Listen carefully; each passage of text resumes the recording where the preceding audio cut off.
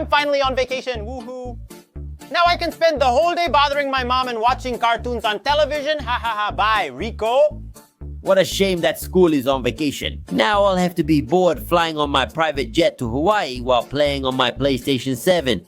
Vacation has finally arrived. Maybe not for those who have to take remedial classes, right? Well, I just feel sorry for them. But most students are at home now, just lazing around while the teachers, deluded, think someone is actually going to bother studying at home.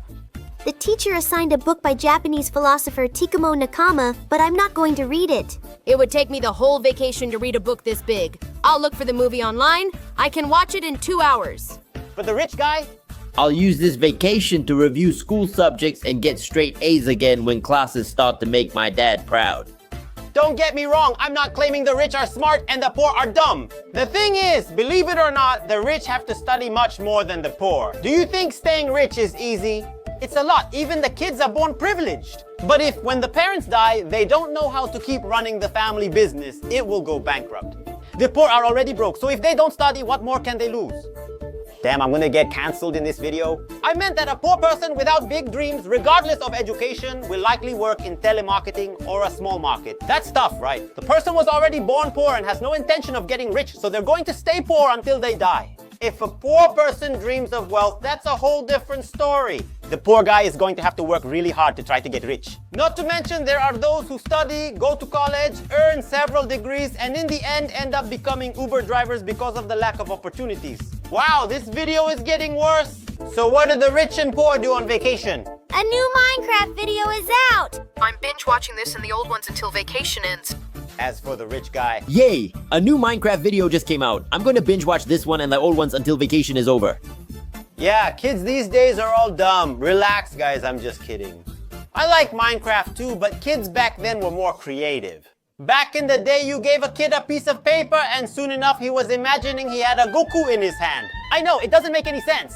Nowadays, if you give a kid a piece of paper, he'll try to click it, thinking it's digital. I'm not wealthy, but I imagine a rich kid's vacation. The parents would probably say he could enjoy his vacation only if he got straight A's in all subjects. Proud parents let their kid ask for anything. Honestly, if I were a rich man's son, I wouldn't know what to ask for. Because there are so many possibilities, imagine knowing that anything you saw at the mall or on television your dad could buy for you. That's a lot of power for one person. I think that's why many rich people get depressed. Because when you can have everything, things just aren't fun anymore, since there's no effort needed to achieve them. What you achieve through your own work is always more valuable. Okay, but what about fun? What do rich and poor people do on vacation? Unfortunately, the poor just stay home and play outside with their kids, like playing soccer barefoot. Inside the house, there's only a television for watching news all day, which is too boring. But the rich have two options. They can either stay at home or go travel. Because in a rich person's house, there's everything that can entertain a child. There's a pool, soccer fields, a game room. Just having a video game, what more would a kid need to have fun? But even so, the rich like to travel and take advantage of the kids' vacation to go to Disney or Beto Carrero. As if all the fun they have at home wasn't enough, they still travel to the best places. But that doesn't mean poor people never leave the house. No, poor people don't travel. However, they do go out. They go to that distant relative's house and take the kids along. When they arrive, there are so many uncles and aunts to greet that the kids get dizzy. And then it's always the same story. Everyone's saying you've grown up, asking if you're dating yet, and blah, blah. The rich guy has lots of friends, and they're rich too. And he really has a lot of friends because being rich attracts a lot of people who are just interested in his money, the famous parasites. So if the rich guy wants, he's never alone. You'll always have someone to play video games, soccer, or swim with.